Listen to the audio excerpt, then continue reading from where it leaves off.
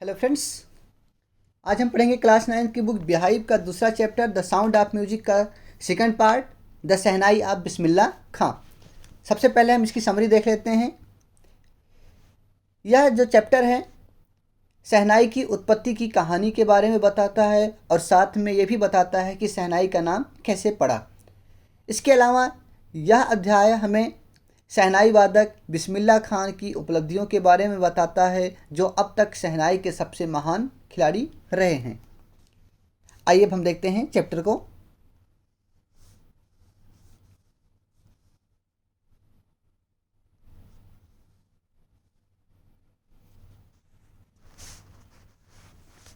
Emperor Aurangzeb banned the playing of a musical instrument called pungi in the royal residence for it had a shrill unpleasant sound.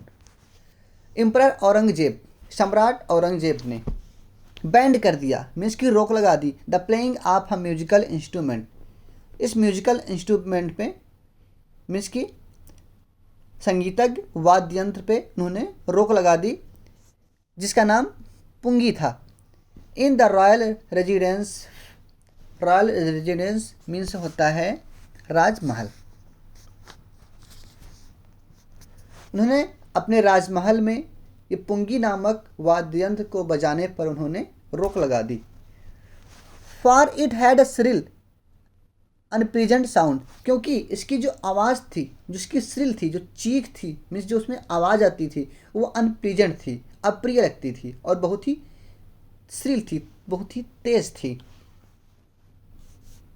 पुंगी became the generic name for reeded noise makers. Pungi जो है became the generic name for reeded noise makers. Generic name means होता है एक ऐसा नाम जो किसी एक वर्ग को दिया गया हो। रीडेड एक प्रकार का पौधा होता है जिसे हम नरकुल बोलते हैं। तो जो पुंगी थी ये नरकुल से बनाए गए शोर करने वाले, मीन्स की आवाज़ निकालने वाले, नॉइज मेकर्स, शोर करने वाले सभी यंत्रों के एक समूह को उसका नाम पुंगी दिया गया था। Few had thought that it would one day B revived. Revived means होता है पुनर्जीवित होना। पुनर्जीवित होने के बाद अब यहाँ पर, क्योंकि जब औरंगजेब ने इस पर बैन लगा दिया था तो फ्यू हैड थॉट कि कुछ ही लोगों ने इस चीज़ सोचा था that it would one day B revived, कि ये दोबारा फिर से प्रचलन में आएगी, यह दोबारा फिर से पुनर्जीवित हो जाएगी। अब barber of a family of professional musicians who had access to the royal palace decided to improve the tonal quality of the pungi. Barber, barber means होता है नाई। एक नाई of a family of professional musician, professional musician means होता है पेशेवर संगीतज्ञ। एक पेशेवर संगीतज्ञ के परिवार का एक नाई who had access to the royal palace, royal palace means होता है राजमहल, जिसकी पहुंच राजमहल में थी, उसने डिसाइड किया टू इम्प्रूव, उसमें सुधार करने का, the tonal quality of the pungi, pungi के जो स्वर संबंधी मीन्स कि उसकी जो आवाज़ संबंधी जो गुण थे उसमें सुधार लाने का उसने निर्णय लिया या उसने निश्चय किया। He chose a pipe with a natural hollow stem that was longer and broader than the pungi and made 7 holes on the body of the pipe when he played on it, closing and opening some of these holes. He chose a pipe, उसने किया क्या, उसने एक pipe लिया, एक नली ली, with a natural hollow stem, stem means तना। उसने एक नली का चुना या नली चुना, उसका चयन किया जिसका जो तना था स्वाभाविक रूप से, नेचुरली जो था, हॉलो था, मीन्स कि बिल्कुल स्वाभाविक रूप से वो खोखला था, हॉलो मीन्स खोखला, और that was longer and broader than the pungi, जो कि पुंगी से थोड़ा लंबी और उससे चौड़ी भी थी। And made 7 holes on the body of the pipe, और उस पाइप पे, उस नली पे उसने 7 छेद बना दिए उसमें। When he played on it, जब वो उसको बजाता था, closing and opening some of these holes, और इसमें जो 7 छेद थे, 7 छेदों में से जब वो बजाने लगता था तो उनको कुछ को बंद कर लेता और कुछ को खुला रखता था। Soft and melodious sound were produced, तब उसमें से बिल्कुल सॉफ्ट, बिल्कुल बहुत ही अच्छी आवाज़ उसमें से निकल कर आती थी। He played the instrument before royalty and everyone was impressed, उसने उस यंत्र को जो उसने बनाया था, इंस्ट्रूमेंट को उसने जो बनाया था उसको उसने प्लेड किया, उसको बजाया before royalty and everyone. Royalty means होता है शाही परिवार, उसने शाही परिवार के सदस्यों के सामने वहाँ पर उसको बजाया। एंड एवरीवन वाज इम्प्रेस्ड, और सभी लोग उससे बहुत ही ज़्यादा प्रभावित हुए। The instrument so different from the pungi had to be given a new name, the जो इंस्ट्रूमेंट जो था, ये जो बनाया था उसने, सो डिफरेंस, वो बहुत ही भिन्न था, फ्रॉम द पुंगी, पुंगी से वो बहुत ही ज़्यादा डिफरेंस था, मीन्स कि उसके जो बनाने का आकार था वो अलग था पुंगी से। Had to begin a new name, अब उसको नया नाम देना था। As the story goes, since it was first played in the सांस chambers and was played by a nai, the instrument was named the shehnai.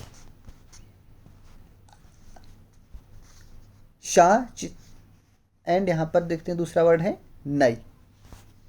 As the story goes, जैसे जैसे इसकी कहानी थोड़ा आगे बढ़ी, पुंगी की इसकी जो कहानी, जो पुंगी का सामान बनाया गया था दूसरा इंस्ट्रूमेंट, जैसे इसकी कहानी थोड़ा आगे बढ़ी और जब इसको सबसे पहले प्लेड किया गया, जब बजाया गया, कहाँ पर, सास चैम्बर, शाह मीन्स की बादशाह, बादशाह के कक्ष में, चैम्बर मीन्स कक्ष, बादशाह के शाही कक्ष में जब इसको बजाया गया, और वाज प्लेड बाय अ नाई, और इसको एक नाई के द्वारा बजाया गया था, तो इसीलिए इसका नाम, इस इंस्ट्रूमेंट का नाम शहनाई रखा गया। मीन्स बादशाह का शाह वर्ड और नाई का नाई वर्ड, मीन्स दोनों मिलाकर के वर्ड बन गया शहनाई, इसलिए इसका नाम शहनाई रखा गया।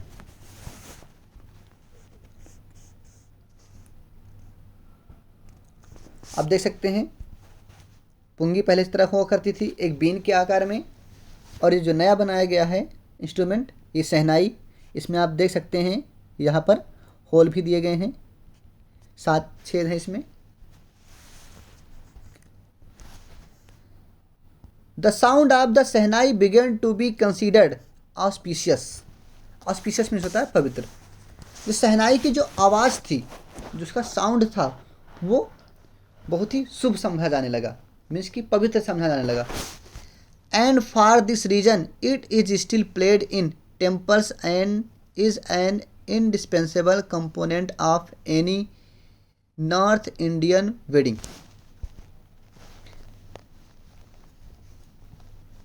इंडिस्पेंसेबल मीन्स कि एक ऐसा कार्य जिसको हम टाल ना सकें। कंपोनेंट, कंपोनेंट मीन्स होता है एक ऐसी चीज़ जिसको हम अलग ना कर सकें, मीन्स कि एक तरीके से अभिन्न अंग। वेडिंग, शादी।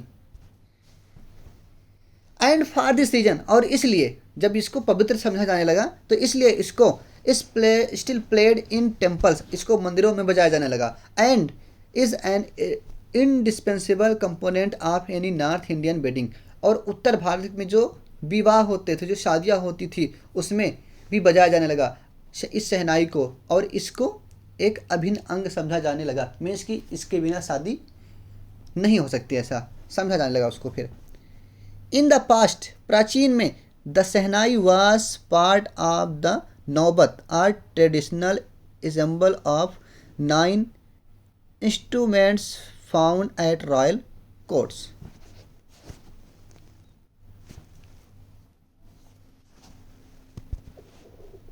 इंसेंबल, इसका मीन्स होता है यंत्र का समूह या all parts together. Royal courts, राज दरबार। प्राचीन समय में shehnai was the part of naubat, shehnai जो थी वो नौबत का एक पार्ट होती थी, उसका एक भाग थी। Are traditional ensemble of 9 instrument found at royal courts, अर्थात राज दरबार में पाए जाने वाले जो 9 प्रकार के वाद्य यंत्र होते थे उसका एक परंपरागत समूह का एक भाग थी, उसका भी एक ये हिस्सा थी। मीन्स कि जैसे अगर कोर्ट में 9 प्रकार के, राज दरबार में 9 प्रकार के जो वाद्य यंत्र बजाए जाते थे तो उसमें भी एक ये अभिन्न अंग थी, उन 9 रत्नों में से एक प्रकार का ये भी था। The credit for bringing this instrument on to the classical stage goes to Ustad Bismillah खां। इस इंस्ट्रूमेंट को फॉर ब्रिंगिंग लाने का मीन्स कि आगे किस पर, क्लासिकल स्टेज पर। क्लासिकल स्टेज मीन्स होता है शास्त्रीय संगीत के मंच पर। शास्त्रीय संगीत के मंच पर इस इंस्ट्रूमेंट को, इस यंत्र को लाने का जो श्रेय जाता है वो जाता है उस्ताद बिस्मिल्लाह खान को। अब थोड़ा सा इनके बारे में बैकग्राउंड दिया गया है। एज अ 5 ईयर ओल्ड, जब ये 5 साल के थे, Bismillah Khan played gilli danda near a pond in the ancient state of Dumraon in Bihar. Ancient state इसका मीन्स होता है प्राचीन रियासत। जब वो 5 साल के थे तो बिहार में एक प्लेस है दुमराव, दुमराव की प्राचीन जो रियासत थी उसी के पास में एक पॉन्ड था, एक तालाब था, उसी के पास वो गिल्ली डंडा खेला करते थे। He would regularly go to the nearby Bihari Ji temple to sing the Bhojpuri Chaita, at the end of which he would earn a big laddu weighing 1.25 kg, a prize given by the local Maharaja. He would regularly, would प्रतिदिन जाते थे near by, पास में जो बिहारी जी का एक मंदिर था, temple था, वहाँ पर वो डेली जाते थे to sing the Bhojpuri chaita. Bhojpuri गीत चैता एक नाम का संगीत था, ये एक गीत था, उसको गाने के लिए वहाँ पर वो जाते थे। Eight the end of which, जब दिन की समापन होती थी या उस टाइम जब वो गीत गाते थे उसका जब समापन होता था तो he would earn a big laddu, वो एक वजनदार या उनको 1.25 किलो वजन के रूप में लड्डू मिलता था। A prize given by the local maharaja, वहाँ के लोकल जो थे, स्थानीय जो महाराजा थे, उनके द्वारा इनको उपहार में 1.25 किलो लड्डू मिलता था। एक तरीके से कह सकते हैं, जैसे कहते हैं ना कि 1.25 किलो का प्रसाद, तो उनको वहाँ पर उसको इनाम के रूप में मिलता था। दिस हैपेंड 80 ईयर्स एगो, और ये जो घटना बता रहा है ये घटना जो है वो 80 साल पहले की है। And the little boy has travelled far to earn the highest civilian award in India, the Bharat Ratna. And, और अब जो द लिटिल बॉय, वो जो छोटा लड़का अर्थात उस्ताद बिस्मिल्लाह खां,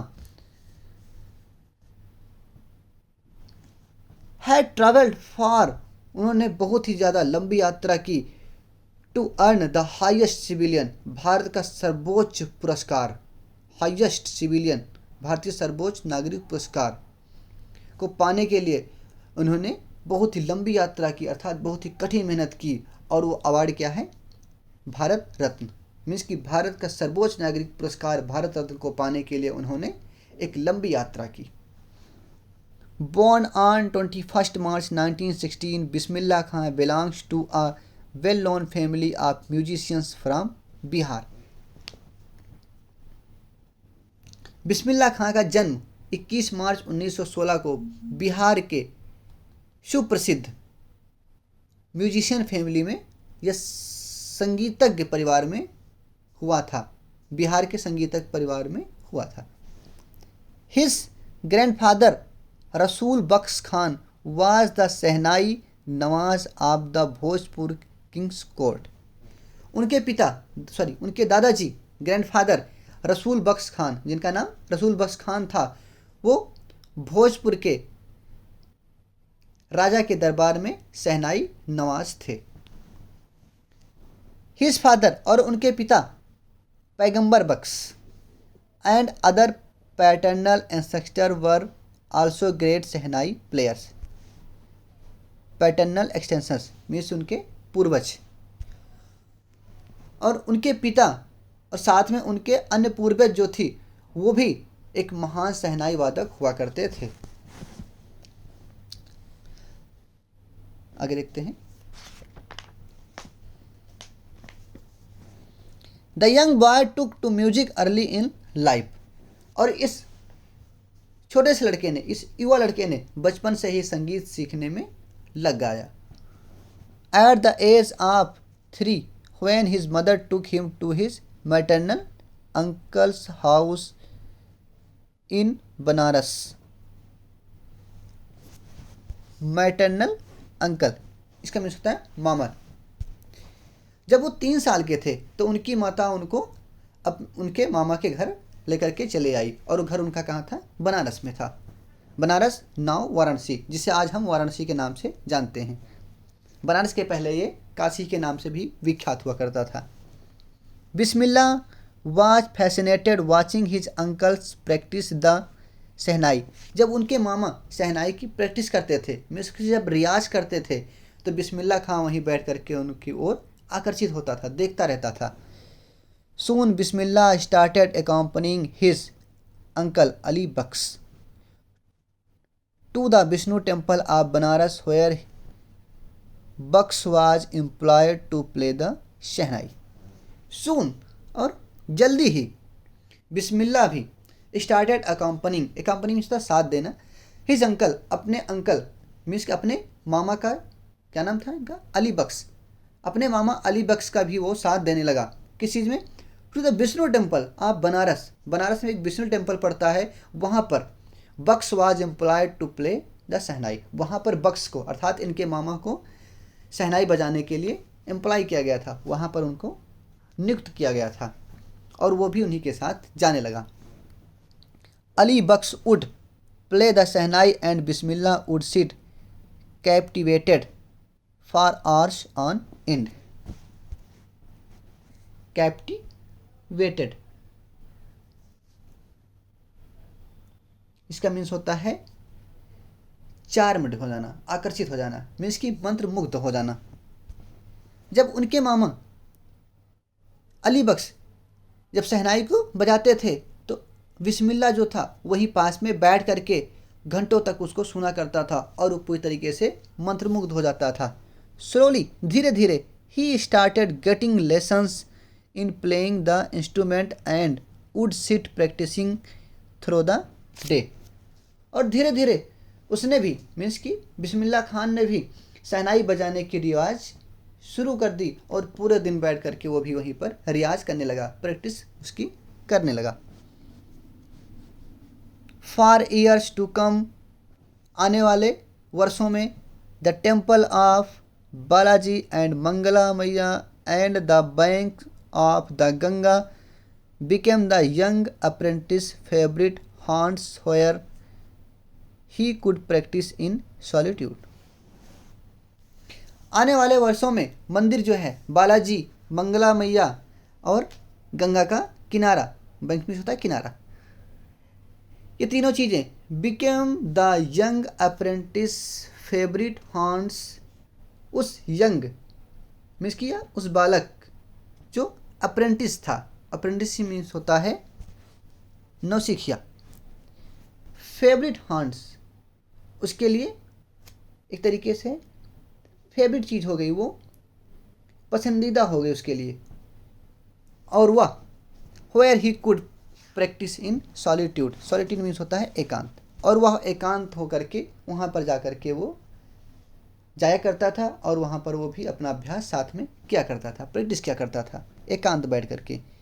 the flowing waters of the Ganga inspired him to improvise and invent ragas that were earlier considered to be beyond the range of शहनाई।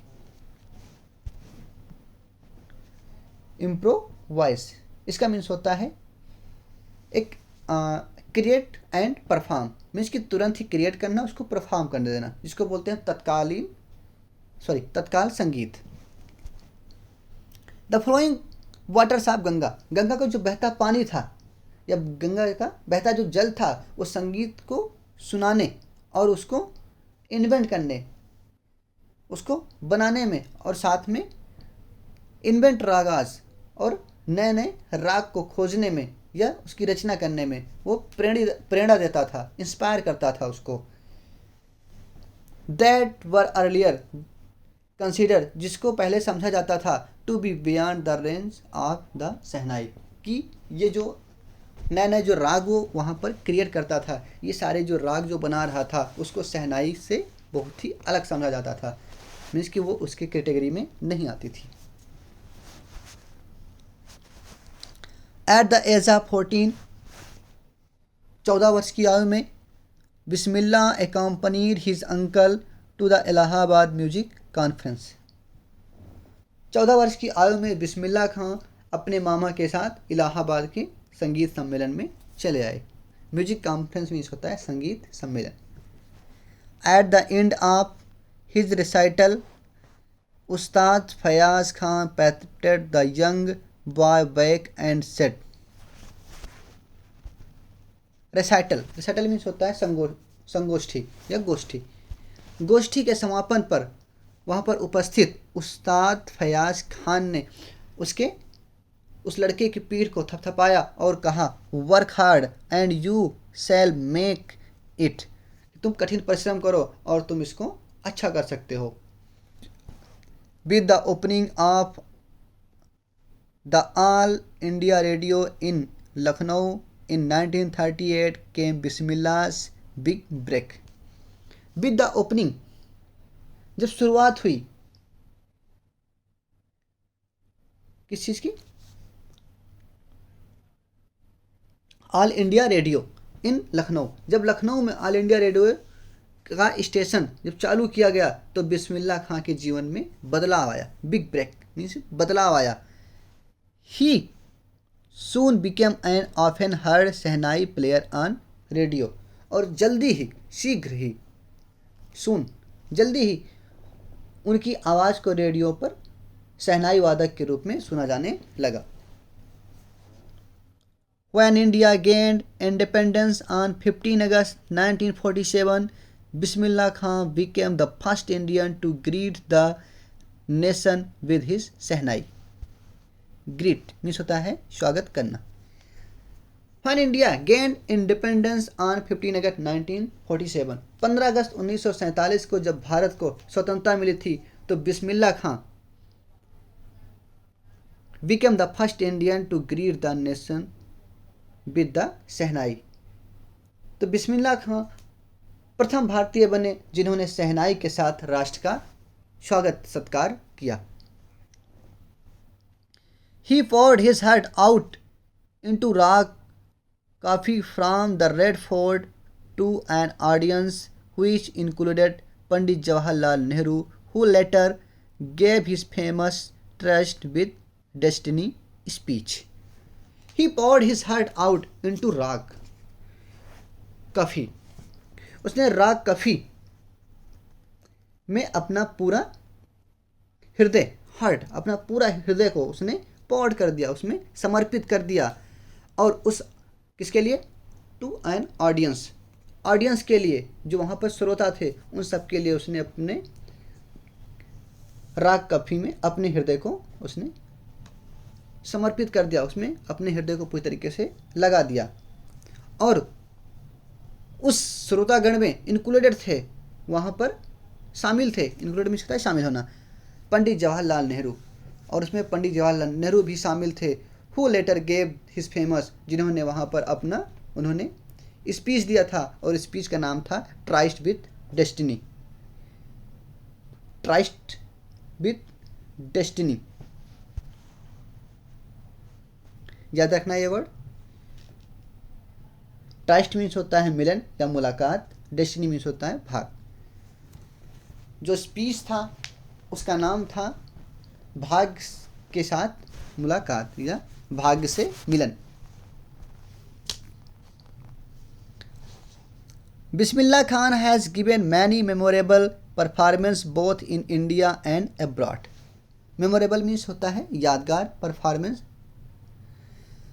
बिस्मिल्लाह खान ने बहुत ही यादगार परफॉर्मेंस दी है both in India and abroad, दोनों जगहों पर, भारत और विदेशों में उन्होंने स्मरणीय परफॉर्मेंस प्रदर्शन प्रस्तुत किए वहाँ पर। His first trip abroad was to Afghanistan where king Zahir Shah was so taken in by the Mashiro that he gifted him priceless Persian carpet and other souvenirs. मास्टरो, मास्टरो मीन्स होता है संगीतज्ञ या जिसे हम आचार्य कहते हैं। कारपेट गलीचे,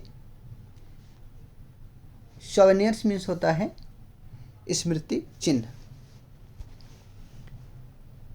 उनकी सबसे पहली जो विदेश की यात्रा थी, अब्रॉड मीन्स होता है विदेश, विदेश की जो सबसे पहली जो उनकी ट्रिप थी, जो यात्रा थी, वो कहाँ की थी? अफगानिस्तान की थी। और जब वहाँ पर उन्होंने अपना परफॉर्मेंस दिया तो वहाँ के जो महाराजा मीन्स कि वहाँ के जो बादशाह थे, किंग जाहिर शाह का नाम, जब उन्होंने उनके परफॉर्मेंस को देखा तो उन्होंने was so taken in by the master that he gifted him priceless Persian carpet and other souvenirs. जब उन्होंने उसके संगीत को सुना तो इतना ज़्यादा वो मोहित हो गए उस पर कि उन्होंने अपने यहाँ के बेशकीमती पारसी गलीचे और अन्य विभिन्न प्रकार के स्मृति चिन्ह उनको उपहार में दिए। The king of Afghanistan was not the only one to be fascinated with Bismillah's music. बिस्मिल्लाह खां के संगीत में केवल अफगानिस्तान के ही बादशाह नहीं मंत्रमुग्ध हुए, बल्कि उनके म्यूजिक को सुनकर के न जाने कितने लोग उनके तरफ आकर्षित हुए। फिल्म डायरेक्टर, फिल्म के निर्देशक Vijay Bhatt was so inspired after hearing बिस्मिल्लाह's प्ले एज ए फेस्टिवल। एक फेस्टिवल में उन्होंने बिस्मिल्लाह की जो म्यूजिक थी या उनकी सहनाई की जो गूंज उनके कानों में जब पड़ी तो वो उनसे बहुत ही ज़्यादा इम्प्रेस्ड हुए, और that he named a film after the instrument call गूंज उठी सहनाई। उन्होंने अपने जो मूवी जो वो बना रहे थे उस मूवी का नाम भी उन्होंने उस इंस्ट्रूमेंट के नाम पर ही रख दिया, गूंज उठी सहनाई। मीन्स कि जब वो पूरी तरीके से उनसे प्रभावित हुए तो उन्होंने सहनाई के ही नाम पर अपनी फिल्म को गूंज उठी सहनाई नाम दे दिया। The film was a hit. जो मूवी उन्होंने बनाई थी गूंज उठी सहनाई, वो बहुत ही ज़्यादा फेमस हुई, हिट हुई, लोकप्रिय हुई। And one of Bismillah Khan compositions, और बिस्मिल्लाह खां की रचनाओं में से एक दिल का खिलौना है टूट गया, ये जो गीत था वो भी turned out to be a nationwide chart buster. इसका मीन्स होता है जो रिकॉर्ड पुराने बने हों उनको तोड़ना। जब इनका ये गाना जो कंपोजिशन जो इनकी जो रचना थी दिल का खिलौना है टूट गया, तो ये इस गाने ने पूरे राष्ट्र में, पूरे नेशन में उसने जो कीर्ति बनाए गए थे, पहले जो कीर्तिमान जो रिकॉर्ड बनाए गए थे वो उसको तोड़ दिया। Despite this his huge success in the celluloid world, Bismillah Khan's venture in film music were limited to two. इन सब चीज़ों के अलावा जब इनकी इतनी ज़्यादा विशाल सफलता हुई, इन सब के बावजूद भी इन द सेलुलॉयड वर्ड मीन्स होता है फिल्मी दुनिया, उनकी विशाल सफलता के बावजूद भी बिस्मिल्लाह खां का जो साहसिक कार्य था, जो वेंचर्स था उनका, वो फिल्म संगीत की दुनिया में केवल सिर्फ 2 फिल्मों तक ही वो सीमित रहा है। पहला विजय भट्ट गूंज उठी सहनाई, विजय भट्ट की जो मूवी आई थी गूंज उठी सहनाई, एंड विक्रम श्रीनिवासन कन्नड़ वेंचर, विक्रम श्रीनिवास की कन्नड़ की फिल्म थी, नाम था उसका शांति अपन्ना। बस इन 2 फिल्मों के अलावा उन्होंने फिल्मों में ट्राई नहीं किया, या उनकी जो सीमा थी वहीं पर लिमिटेड रह गई, सीमित रह गई। I just can not come to terms with the artificiality and glamour of the film world. और उन्होंने कहा, he says with emphasis, emphasis means होता है जोरदार तरीके से, उन्होंने जोरदार तरीके से कहा कि मैं फिल्मी दुनिया की जो आर्टिफिशियलिटी है, जो बनावट है और उसके जो ग्लैमर है, जो चकाचौंध है, उसमें मैं शामिल आगे नहीं हो सका। आगे देखते हैं, इनके बारे में बताया गया है। Awards and recognition came thick and fast, awards जो पुरस्कार थे एंड रिकॉग्निशन जो सम्मान थे, केम थिक एंड फास्ट, उनको बहुत ही अधिक मात्रा में प्राप्त हुए। Bismillah Khan became the first Indian to be invited to perform at the prestigious Lincoln Center hall in the United State of America. Prestigious means होता है प्रतिष्ठित या सम्मानित। Bismillah Khan became the first Indian to be invited to perform at the prestigious Lincoln Center hall in the United State of America. United State of America के प्रतिष्ठित Lincoln Center या Lincoln केंद्र hall में उनको आमंत्रित किया गया था और वो भारत के पहले नागरिक थे जो शहनाई वादक के रूप में वहाँ पर उपस्थित हुए। He also took part in the World Exposition in Montreal, in the Cannes Art Festival and in the Osaka Trade Fair. Exposition, आगे एक और वर्ड जोड़ दिया है, वर्ल्ड एक्सपोजिशन, विश्व स्तर पर प्रदर्शनी। एक्सपोजिशन मीन्स होता है एक्सहिबिशन। उन्होंने विश्व स्तर पर मॉन्ट्रियल में जो प्रदर्शनी थी उसमें भी भाग लिया और in the Cannes art festival, Cannes art festival में भी भाग लिया and in the Osaka trade fair, और साथ ही साथ ओसाका ट्रेड फेयर में भी उन्होंने भाग लिया। भाग लेना मतलब पार्टिसिपेट करना। So well known did he become internationally that an auditorium in Tehran was named after him, Tahir mosque उस्ताद बिस्मिल्लाह खां। और इसीलिए जब वो इतना ज़्यादा फेमस हुए इंटरनेशनली, अंतर्राष्ट्रीय रूप से जब इतने तरीके से वो प्रसिद्ध हो गए, तो तेहरान एक कंट्री है, तेहरान में एक सभागार था, ऑडिटोरियम जो बनाया गया, उसका नाम भी ताहिर मॉस्की उस्ताद बिस्मिल्लाह खां रख दिया गया। उन्हीं के नाम पर ही इसका नामकरण किया गया। National award like the Padmashri, the Padma Bhushan and the Padma Vibhushan were conferred on him. Conferred means होता है दिया जाना। राष्ट्रीय सम्मान जैसे कि पद्मश्री, पद्म भूषण एंड पद्म भूषण, इन तीनों सम्मानों से उनका सम्मान किया गया।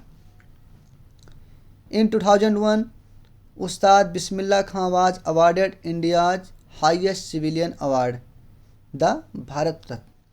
2001 में उनको भारत का सर्वोच्च नागरिक पुरस्कार भारत रत्न से सम्मानित किया गया। With the coveted award resting on his chest and his eyes glinting with rare happiness, he said. coveted means की बहुत ही ज़्यादा इच्छुक या लालसा। ग्लिंटिंग मीन्स होता है चमकते हुए। रेयर असाधारण। जब इनको ये अवार्ड मिला तो वो इतना ज़्यादा इच्छुक हुए या लालसा के योग्य हुए और इस सम्मान को अपने चेस्ट पर रख करके अपनी चमकती हुई आँखों से या चमक बिखेरते हुए अपनी आँखों से उन्होंने कहा, all I would like to say is, मैं सिर्फ यही कहना चाहूँगा, टीच योर चिल्ड्रन म्यूजिक, कि अपने बच्चों को म्यूजिक सिखाओ। This is Hindustan richest tradition, even the west is now coming to learn our music. उन्होंने कहा कि अपने बच्चों को म्यूजिक सिखाओ। This is Hindustan richest tradition, यह हिंदुस्तान की समृद्ध, रिचेस्ट मीन्स होता है समृद्ध, ट्रेडिशन प्रथा, हिंदुस्तान की समृद्ध प्रथा है।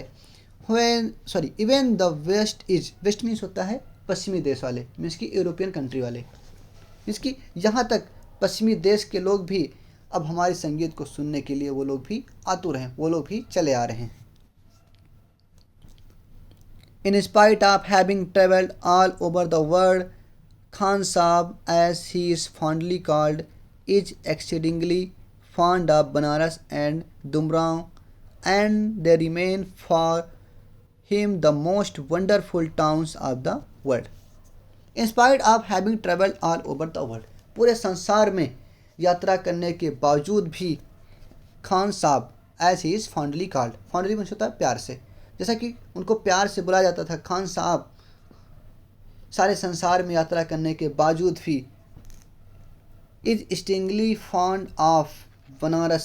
स्टिंगली मीन्स होता है बहुत ही ज़्यादा। बनारस और डुमराव के प्रति उनका जो लगाव था वो बहुत ही ज़्यादा रहा। एट द रिमेन, और उनको याद है, for him the most wonderful towns of the world, वो ये कहते हैं या उनको इस चीज़ याद है कि वो विश्व के सबसे अधिक आश्चर्यजनक नगर रहे हैं। कौन कौन से? बनारस और डुमराव। डुमराव बिहार में है, बनारस अब यूपी में है। A student of his once wanted him to had a shehnai school in the USA, और उनका एक स्टूडेंट, उसने उनसे ये कहा या चाहता था कि अमेरिका में भी एक शहनाई स्कूल उनकी देखरेख में चलाया जाए। And the student promise to recreate the atmosphere of Banaras by replicating the temples there, और उनके स्टूडेंट ने यह भी प्रॉमिस किया, यह भी वादा किया कि वो बनारस में ऐसा ही, बनारस के जैसा माहौल बनाएंगे वहाँ पर, और उन मंदिरों की बिल्कुल रिप्लिकेटिंग करेंगे, नकल करेंगे। रिप्लिकेटिंग मीन्स होता है बिल्कुल उसी तरीके से बनाना या कॉपीराइट करना। इस पर खान साहब ने जो जवाब दिया था, but Khan Sahab asked him if he would be able to transport river Ganga as well. जब उसने कहा कि हम अपने यहाँ बनारस के जैसा माहौल बना देंगे और जो मंदिर हैं वहाँ के बिल्कुल उसकी हूबहू यहाँ भी एकदम कॉपी कर देंगे, वैसे ही बना देंगे, तब इस पर खान साहब ने कहा कि क्या वो रिवर गंगा, पवित्र गंगा को यहाँ पर भी वो ले आएगा, मीन्स कि उसको भी यहाँ पर ट्रांसफ़र कर लेगा। Later he is remember to have said that is why whenever I am in a foreign country, बाद में वो उनको याद आता है और वो कहते हैं कि जब, यही कारण है कि जब मैं विदेश में होता हूँ, फॉरेन कंट्री में होता हूँ, I keep yearning to see Hindustan. Yearning means होता है बहुत ही ज़्यादा इच्छा या तीव्र इच्छा। जब मैं विदेश में होता हूँ तो मुझे हिंदुस्तान को देखने की तीव्र इच्छा होती है। वाइल इन मुंबई, और जब मैं मुंबई में होता हूँ, मीन्स कि अपने देश में ही होता हूँ, I think of only Banaras and the holy Ganga, और सिर्फ मैं उस टाइम में बनारस और पवित्र गंगा के बारे में ही सोचता हूँ। And while in Banaras I miss the unique मठ ऑफ डुमराव, और जब मैं बनारस में होता हूँ तब मैं डुमराव में जो बने यूनिक मठ हैं, यूनिक मीन्स होता है अद्भुत, अनोखे जो मठ हैं, सॉरी मट्ठा है, यूनिक मट्ठा जो है या अद्भुत मट्ठा है, जो उसकी याद दिलाता है।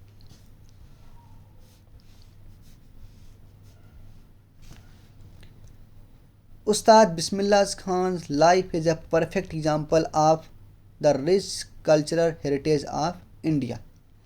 उस्ताद बिस्मिल्लाह खान का जो जीवन है वो पूर्ण रूप से भारत की संपन्न सांस्कृतिक विरासत की एक परफेक्ट एग्जाम्पल है, एक पक्की मिसाल है। One that effortlessly accept that a devout Muslim like him can very naturally play the Sehnai every morning at the Kashi Vishwanath temple. Devout, इसका मीन्स होता है समर्पित, dedicated. One that effortlessly accept, कोई भी होता है बिना किसी प्रयत्न के ही वो एक चीज़ एक्सेप्ट कर लेगा, दैट अ डिवोट मुस्लिम, एक समर्पित या वफादार मुस्लिम जो है, लाइक हिम, उनकी तरीके से, एक वफादार जो मुस्लिम है वो अपनी पूरी नेचुरली फरेजा शहनाई अपनी पूरी तल्लीनता के साथ काशी विश्वनाथ मंदिर में प्रतिदिन सवेरे शहनाई पर वो प्रैक्टिस किया करता है। लास्ट में भी दिखाया गया है, Ustad Bismillah Khan passed away on 21 August 2008 at the age of 90 after a prolong illness. Prolong means होता है लंबी बीमारी। लंबी बीमारी के बाद 21 अगस्त 2006 में उस्ताद बिस्मिल्लाह खां का निधन हो गया। He was given a state funeral and the government of India declare one day of national morning. और उनका दाह संस्कार जो किया गया था गवर्नमेंट ऑफ इंडिया के द्वारा और स्टेट फनरल और राज्य स्तर पर किया गया, और उनके डेथ को जिस दिन उनका निधन हुआ था उस दिन को नेशनल मॉर्निंग राष्ट्रीय शोक के रूप में घोषित किया गया। हमें उम्मीद है यह अध्याय आपको पसंद आया होगा। वीडियो को अच्छी तरीके से देखिए और समझिए, और साथ में चैनल को सब्सक्राइब और शेयर करना मत भूलिएगा। Thank you.